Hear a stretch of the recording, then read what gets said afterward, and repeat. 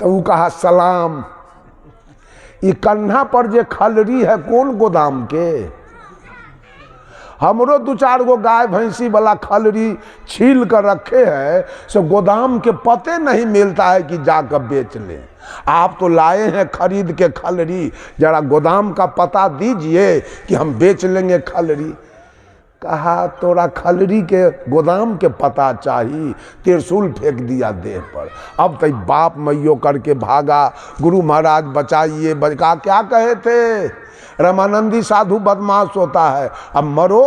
अब फेंक दिया देह पर त्रिशूल, अब तो खंती से काटेगा तुमको, अब करो जो करना है। कहा गुरु महाराज अब जान बचाइए। आई भाग रहा है, आई पीछे से वो त्रिशूल वाला खहेट रहा है इसको। जाते जाते गुरु महाराज के पैर पर गिर गया, अब जान बचा दीजिए। गुरु महाराज को दया आ गई। कहा क्या है? रामानंदी साधु को कहा है रुको। वो खड़ा हो गया। इसके पास गाय भैंसी वाला खलरी है। अच्छा ये बताओ गाय भैंस क्या खाती है? तो भोला का शिष्य कहा जो गाय भैंस तो घास खाती है। अब बाघ सिंह क्या खाता है? तो बाघ सिंह खाता है मांस। बेवकूफ कहाँ के? मांस खाए वाला जानवर के खलरी कन्हा पर रख के आ कहते हो हम साधु हैं? पापी कहाँ के? गाय भैंस के खलरी कहा तो तुमको क्रोध चढ़ गया। जो गाय भैंस घास खाती है ओकर खलरी इसके पास है तो तुमको क्रोध चढ़ गया। आदमी के खाने वाले जानवर के खलरी तू कंधा पर रख के सदुआई करने चला है रे? साधु कहीं कंधा पर खलरी रखा है? उसको तो ज्ञान हो गया। वो तो त्रिशूल फेंक दिया, तो अब खंती फेंक दिया और जाके धराम से सदगुरु के पैर पर गिर गया। गुरु महाराज ऐसा ज्ञान हमको कोई नहीं दिया। यही खलरी हम ढो रहे थे, आई त्रिशूल खंती ढो रहे थे आज तक। कहा कि हमको ज्ञान दे दो, आपने शरण में लगा लो। अब ये खलरी हम नहीं ढोएंगे और नहीं खंती या त्रिशूल हम चलाएंगे। बस उसी समय वो कबीर साहब के वो गुरु महाराज के बानी से उसी जगह बानी से भगवान बुद्ध ने अंगुली माल को कहा था। बानी से कौन ऋषि थे जो इसको कहा था? कौन डाकू था? रत्नाकर, वाल्मीकि जी। रत्नाकर डाकू को बानी से मारा। देख लीजिए सुधर गया। भगवान बुद्ध अंगुली माल को कहा, वो भी सुधर गया बानी से।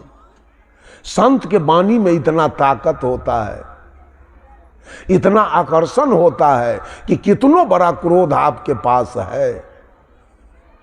एक दिन की कहानी और सुनिए। मेरा कार्यक्रम था पूर्वी चंपारण रक्सौल में। मेरे साथ एक संत जी और गए, मेरे जन्मभूमि के थे, रिश्ता में दादा हमारे लगते थे। अब उन्हीं का चेला चटिया रक्सौल में, वहीं वो रेल में नौकरी करते थे, सिग्नल इंस्पेक्टर थे, गुरुवाई भी करते थे। उनके चेला में था भंडारा। तो चले, हमको कहे आप भी चलिए। हम की चले। जब मुजफ्फरपुर गाड़ी पहुंची तो उन्होंने कहा कि हमारा एक मित्र है टीटी, भूमिहार जाति का है, हम रिटायर हो गए, 3-4 साल हो गया भेंट किए हुए। चलिए मुजफ्फरपुर में उतर के थोड़ा भेंट कर लेंगे और फिर दूसरी गाड़ी पकड़ के चलेंगे चंपारण। हम कि ठीक है चलिए। उतर गए मुजफ्फरपुर, गए टीटी महोदय से भेंट करने। गए तो ये चले गए टीटी के घर के अंदर, हम बरामदे पर खड़े रह गए। हम बिना कहे क्यों चले जाएं उनके घर के, वो तो दोस्त थे, चले गए। टीटी बहुत उदास मुद्रा में बैठा था। 4 भाई थे, चारों भाई में बंटवारा हुआ, बेईमानी शैतानी हुआ और मारपीट हो गया, केस मुकदमा हो गया। यही दस्तान इनको कहना शुरू किया। आवाज दरवाजे पर भी आया, जो बोल रहा था वो दरवाजे पर भी आवाज आया। दरवाजे पर से ही बात सुन के और सदगुरु कबीर की साखी हम बोल दिए यहाँ से जोर से। कबीर माया बेस्या दोनों की एक जात, आवत को आदर करे जात न पूछे बात। साहब कबीर ने धन को बेस्या से तुलना किया। धन और बेस्या दोनों की एक जाति है। अगर बेस्या के यहां आप जाइए तो बड़े आदर से बुलाएगी आपको। उसका काम बन गया, माल आपसे ले लिया, उसके बाद तो चूतर पर लात मारेगी, भागो साले यहां से, जल्दी निकलो। उसी प्रकार से अगर धन आपके यहाँ आ रहा है तो सारे गांव के लोग इज्जत करेंगे। आइए चाय पी लीजिए, बीड़ी पी लीजिए, खैनी खा लीजिए। और कहीं धन जा रहा है तो आपको देख के छिप जाएंगे। आ रहा है दलिद्रा, कुछ मांगेगा, छिप जाएंगे आप। दोनों की एक गति है। जब ये बात बरामदे पर से हम बोले, वो आदमी दौड़ के आया बरामदे पर, अब कॉपी किताब कलम कॉपी लेके आया। कहा साहब जी ये पंक्ति हमको लिखा दीजिए, आपने बहुत बड़ा दवा हमको दिया, अब मैं जाता हूँ घर और चारों भाई जाके अब मुकदमा वापस करूँगा। ये बेस्या के लिए लड़ाई लड़ना आपस सहोदर भाई में तो सबसे बड़ी अज्ञानता है। जब कबीर धन को बेस्या से तुलना किया तो अब बेस्या के लिए लड़ाई नहीं चलेगी। केस 16 होगा और मैं जा रहा हूँ छुट्टी लेके। और इतना जो मैं मायूस बन के बैठा था, आपकी वाणी मेरे अंदर हरियाली ला दिया, खुशहाली ला दिया। अब कष्ट करने की कोई जरूरी नहीं। बंधुओं, ऐसे कबीर की वाणी नहीं है। कबीर की एक एक पंक्ति आपके लिए दवा है, आपके लिए औषधि है। आप वैसे संकट की घड़ी में कबीर के वाणी को याद कीजिए, सारा संकट आपका दूर हो जाएगा। अभी मैं छत्तीसगढ़ गया तो एक आदमी कबीरपंथी थे, उनका भाई ब्रह्मचारी, नाम उनका याद नहीं हो रहा है, निरपेंद्र की क्या नाम है ब्रह्मचारी के, उनके मठ पर गया। उन्होंने कहा साहब मेरे बड़े भैया के पास एक ही लड़का था और वो प्रोफेसर था परमानेंट कॉलेज में। डॉक्टर की गड़बड़ी से मेरे भतीजा का देहांत हो गया। हमारी भाभी और भाई बहुत चिंता में रहते हैं। जरा आप जाइए और कुछ देर उनको अपनी विचार दे करके आइए वहाँ से। हम गए 3-4 आदमी से टेम्पू पर बैठ के, और उनको जब समझाने लगे हम कहा कि सुनिए, दो सत्ता का मिलन 1 + 1 = 2 एंड 2 - 1 = 1। जब हम एक से एक को जोड़ते हैं तो 2 होता है, और 2 में से 1 को घटाते हैं तो 1 बचता है। तो 1 + 1 = 2। यही मेरा जीवन है। माँ के पेट में जब ये आत्मा ये पांचों तत्व से मिला है, पांचों तत्व और आत्मा दोनों मिला है, तो शरीर तैयार हो गया, तो हमारा जीवन हो गया। जन्म लेने के बाद लोग कहता है फलना को एक लड़का जन्म लिया, एक लड़की जन्म ली है। 1 + 1 + 1 = 2, 2 हुआ, ये मेरा जीवन है। एंड 2 - 1 = 1, और 2 में से 1 हट गया।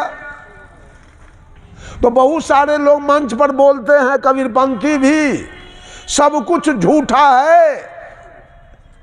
लेकिन सत्य क्या है? एक सत्य क्या है दुनिया में?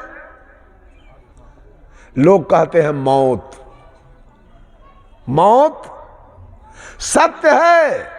आप लोग बोलिए, मौत सत्य है कि झूठ है? क्या है? कोई बोलेला तैयार देखता है जे बोलबे सुतरते कि न सुतरते, कहीं गड़बड़ाई ना। मौत सच है कि झूठ? झूठ है पूरा, मौत है ही नहीं। केवल परिवर्तन का चक्र चल रहा है। मां के गर्भ में दोनों सत्ता का मिलन हो गया तो जीवन है, आत्मा ने शरीर को छोड़ दिया, इसी को हम मौत कह देते हैं। न प्रकृति मर रही है, न पुरुष मर रहा है। कबीर साहब ने कहा माटी तो माटी में मिला, मिला पौन में पौन, मैं तो ही पूछो पंडिता दो में मुआ कौन। शरीर मरा कि आत्मा, किसका श्राद्ध होगा 14 दिन तक? कौन मरा दोनों में से?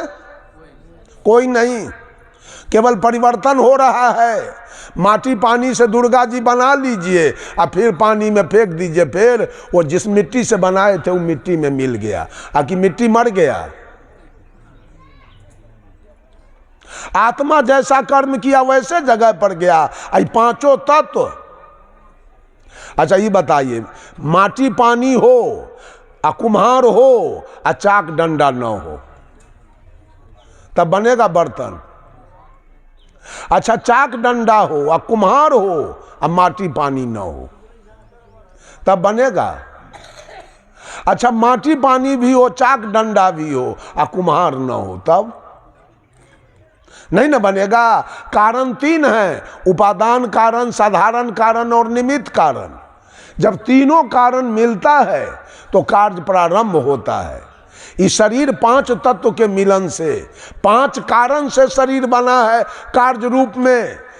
ये मठ बन गया कार्य रूप में, ये मठ कार्य रूप में बन गया। अब सब लोग रहते हैं, बैठते हैं, सोते हैं, खाते पीते हैं, कार्य रूप में आ गया।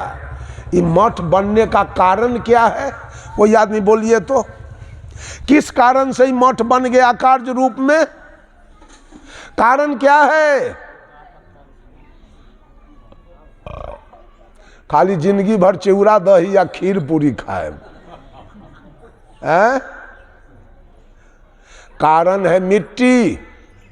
मिट्टी से बना है ईंटा, मिट्टी से बना है सीमेंट, मिट्टी से बना है सरिया, मिट्टी से बना है बालू, अब मिट्टी से बना है पत्थर, कार्य रूप में बन गया।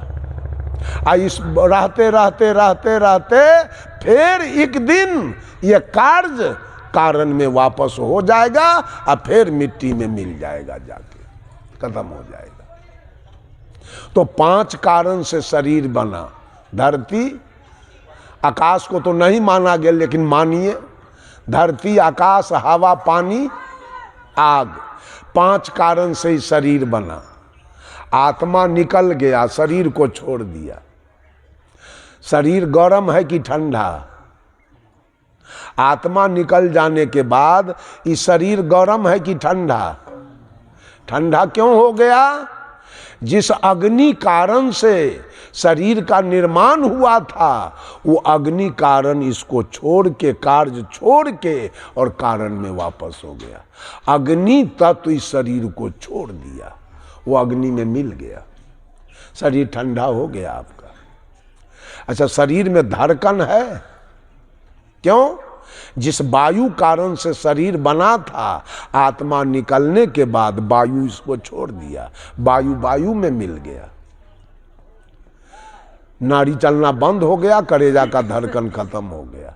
मुर्दा उठ के खड़ा होगा, आकाश तो इसको छोड़ दिया, आकाश निकल के आकाश में मिल गया।